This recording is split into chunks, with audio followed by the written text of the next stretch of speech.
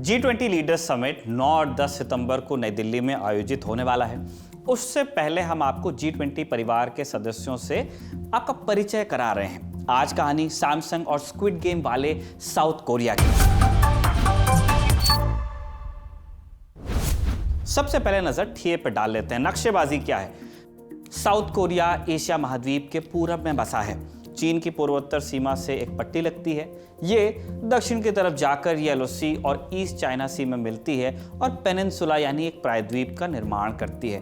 Peninsula ऐसी जमीन के इलाके को कहते हैं जिसका तीन तरफ से हिस्सा पानी से घिरा होता है।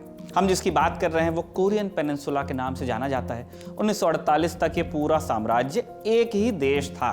बटा तो ऊपर वाला हिस्सा हो गया नॉर्थ कोरिया और नीचे वाला कहलाया साउथ कोरिया। साउथ कोरिया की जमीनी सीमा सिर्फ नॉर्थ कोरिया से लगती है, जो उसका जमजात दुश्मन भी है, आप जानते ही हैं। समंदर पार करके सबसे नजदीक में पड़ता है जापान और फिर चीन, और 2413 किलोमीटर की समुद्री तटरेखा है इस देश के पास। आबादी यहाँ की 5 करोड़ 20 लाख के करीब है। दक्षिण कोरिया का समय भारत से 3.5 घंटा आगे है। अपने यहाँ 12 बजते हैं तो वहाँ 3.5 बजते हैं। दक्षिण कोरिया की राजधानी सियोल है। यही सबसे ज्यादा आबादी वाला शहर भी है और यहीं से मुल्क की सरकार चलती है। नई दिल्ली से सियोल की दूरी लगभग 4600 किलोमीटर है, 4500 किलोमीटर से 100 किलोमीटर ज्यादा। पुरातत्वविद दावा करते हैं कि कोरियाई लोगों के पुरखे मंगोलिया और साइबेरिया से आए थे। पहले साम्राज्य का नाम ओल्ड सोशुन था। उसका शासन चीन तक फैला हुआ था। 108 ईसा पूर्व में चीन ने उन्हें हरा दिया। साम्राज्य 3 टुकड़ों में बंट गया। इसके बाद 936 ईस्वी में एक प्रतापी कुलीन हुए वांग कॉन, उन्होंने कोरिया को एकीकृत किया, कोरियो साम्राज्य की नींव रखी। 1392 में इसका पतन हुआ। फिर यी फैमिली ने चोसोन किंगडम बनाया यहाँ पे। 1894 में कोरिया में विद्रोह हो गया। विद्रोह की वजह से कोरियन एम्पायर खोखला हो चुका था। विदेशी ताकतों को लगा कि यह इलाका अब हमारा हो सकता है। चीन और जापान ने फौज भेज दी अपने यहाँ, फिर रूस भी आ गया। इन सब के बीच चली लड़ाई। 1910 में जापान जीत गया और कोरिया उसके अधीन हो गया। जापान का कब्जा दूसरे विश्व युद्ध तक चलता रहा। अगस्त 1945 में परमाणु बम हमले के बाद जापान ने सरेंडर किया। कोरिया से वो वापस निकल गया, लेकिन विजेता देश बने रहे। विक्टर्स कौन से? सेकेंड वर्ल्ड वॉर के। अमेरिका वाले साउथ वाले हिस्से में थे, सोवियत संघ नॉर्थ में था। दोनों तरफ के निर्णायक लोग पूरे कोरिया पर अपना दावा पेश कर रहे थे। यूएन में भी मामला नहीं सुलझा। फिर 1948 में यूएन की निगरानी में साउथ में चुनाव करवाए गए। नॉर्थ कोरिया ने इसका बॉयकॉट किया, जो नॉर्थ वाले हिस्से के लोग थे। नतीजा मानने से उन्होंने इनकार कर दिया। 15 अगस्त 1948 को साउथ वालों ने रिपब्लिक ऑफ कोरिया की नींव रखी। ये आगे चलकर साउथ कोरिया कहलाया। 9 सितंबर 1948 को नॉर्थ में Democratic People's Republic of Korea DPRK की स्थापना हुई। इसे हम नॉर्थ कोरिया के नाम से जानते हैं। 1950 में नॉर्थ कोरिया ने साउथ पर कब्जे के इरादे से हमला किया और इस तरह शुरू हुआ कोरियन वॉर। 25 लाख से अधिक लोग मारे गए इस युद्ध में। 1953 में संघर्ष विराम हुआ, मगर कभी औपचारिक तौर पर युद्ध खत्म नहीं हुआ। नॉर्थ और साउथ कोरिया बटे रहे।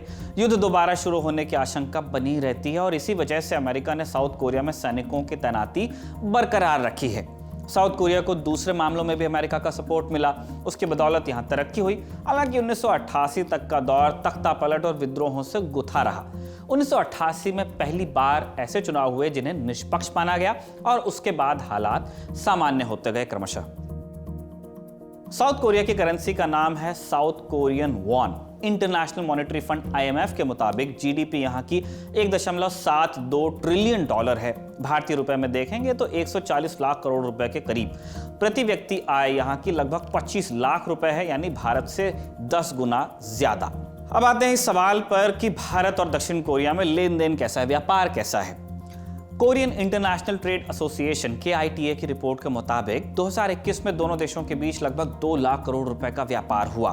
भारत ने लगभग 70,000 करोड़ रुपए का निर्यात किया। क्या क्या निर्यात किया? खनिज तेल निर्यात किया, डिस्टिलेट्स गए, अनाज, लोहा, स्टील वगैरह। इसी अवधि में साउथ कोरिया ने 1,30,000 करोड़ का सामान हम लोगों को बेचा।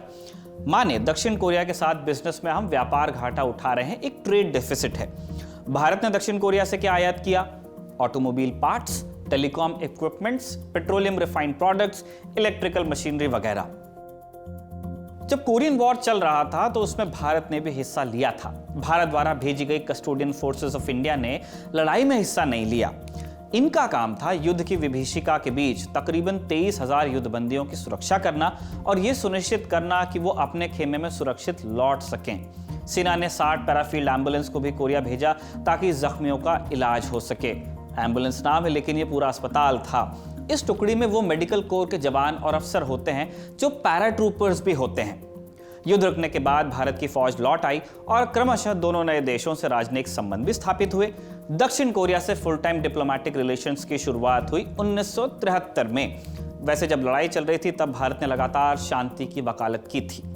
तब से रिश्ते बेहतर ही हुए हैं। साउथ कोरिया ने भारत में बड़ा निवेश किया है। LG, सैमसंग, हुंडई जैसी कंपनियां भारत में मैन्युफैक्चरिंग प्लांट्स लगा चुकी हैं, अभी काम कर रही हैं। कई भारतीय कंपनियों ने भी साउथ कोरिया में निवेश किया है। 2006 में तत्कालीन राष्ट्रपति doctor APJ Abdul Kalam state visit पर साउथ कोरिया गए थे। उसी दौरान comprehensive economic partnership agreement cepa पर दस्तखत हुए थे। CEPA 2010 के गणतंत्र दिवस समारोह में साउथ कोरिया के तत्कालीन प्रेसिडेंट ली म्यूंग बाक को चीफ गेस्ट बनाया गया था। इस दौरे पर दोनों देशों के रिश्ते और मजबूत हुए। 2012 में भारत ने साउथ कोरिया से 8 युद्धपोत खरीदने की योजना बनाई थी, हालांकि बात बनी नहीं। वैसे भारत और साउथ कोरिया मिलिट्री इक्विपमेंट्स और हथियारों की तकनीक भी साझा करते हैं। दोनों देश साथ में युद्धाभ्यास भी करते रहते हैं। मौजूदा प्रधानमंत्री नरेंद्र मोदी 2 बार साउथ कोरिया का दौरा कर चुके हैं। पहली बार 2015 में और दूसरी बार 2019 में। साउथ कोरिया का पॉलिटिकल सिस्टम सेमी प्रेसिडेंशियल है। राष्ट्रपति भी हैं यहाँ पे और प्रधानमंत्री भी हैं, लेकिन असली पावर होती है राष्ट्रपति के पास। राष्ट्रपति हेड ऑफ द स्टेट हैं, कार्यपालिका की कमान भी उनके पास है। सशस्त्र सेना के कमांडर भी वही होते हैं। वो युद्ध और शांति की घोषणा कर सकते हैं इस हैसियत से। राष्ट्रपति का चुनाव डायरेक्ट वोटिंग के जरिए होता है, यानी जनता सीधे अपने राष्ट्रपति को वोट डाल के चुनती है। विधायिका की शक्ति संसद के पास है। संसद में एक सदन है और संसद का नाम कोरियन नेशनल असेंबली यानी KNA है। न्यायपालिका यहाँ की स्वतंत्र है। सुप्रीम कोर्ट सबसे बड़ी संस्था है न्यायपालिका के अंदर। उसने कई मौकों पर पूर्व राष्ट्रपतियों को जेल भी भेजा है। फिलहाल साउथ कोरिया की कमान राष्ट्रपति योन सोक योल के पास है। मई 2022 में ये राष्ट्रपति बने। मून जे-इन की जगह इन्होंने ली। ये उनकी पार्टी का नाम पीपल पावर है। ये 2020 में बनी पार्टी है। कई दूसरी पार्टियों का मर्जर हुआ था तब। इन्हें दक्षिणपंथी विचारधारा का नेता माना जाता है। योन सोक योल उनके प्रतिनिधि हैं। क्या कहानी है इनकी?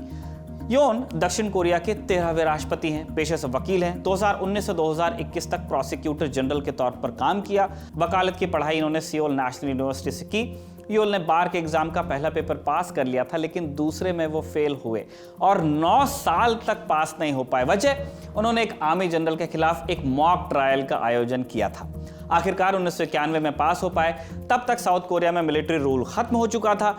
इजराइल की तरह ही साउथ कोरिया में भी मिलिट्री सर्विस अनिवार्य है, मगर अनिसोमेट्रोपिया के चलते योल को छूट मिली। ये आंख की एक बीमारी है। साउथ कोरिया के पूर्व राष्ट्रपति पाक ग्यून हे और ली म्यूंग बाक को दोषी ठहराने में योन की महत्वपूर्ण भूमिका रही है। प्रोसिक्यूटर जनरल रहते हुए उनका तत्कालीन राष्ट्रपति पाक ग्यून हे के साथ जबरदस्त टकराव हुआ था। पाक पर भ्रष्टाचार के आरोप थे। बाद में आरोप सिद्ध भी हुए। इस पूरे प्रकरण ने योल की लोकप्रियता खूब बढ़ाई, जिसका फायदा उन्हें 2022 के चुनाव में हुआ भी। योल G20 समिट के लिए भारत आ रहे हैं। उन्होंने कहा है कि वो अंतर्राष्ट्रीय समुदाय से नॉर्थ कोरिया के परमाणु हथियारों से उपजे खतरे, उसकी धमकियों और निरस्त्रीकरण पर मिलकर काम करने की अपील करेंगे।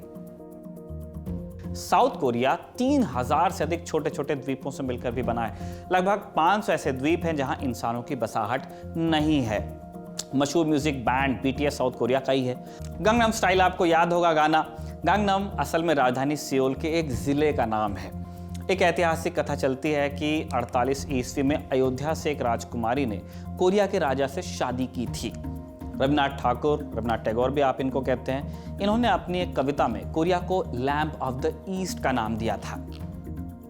साउथ कोरिया की रक्षा और विदेश नीति में अमेरिका का दखल आज तक बरकरार है। सरकार इस निर्भरता को कम करना चाहती है। यहाँ की साउथ कोरिया की विदेश नीति की प्राथमिकता नॉर्थ कोरिया से चल रहे टकराव को खत्म करना है। 2018 में इसकी पहल भी हुई थी। तब नॉर्थ कोरिया के supreme leader Kim Jong Un और साउथ कोरिया के तत्कालीन राष्ट्रपति मून जे-इन ने मीटिंग भी की थी, लेकिन बात उससे आगे बढ़ नहीं पाई।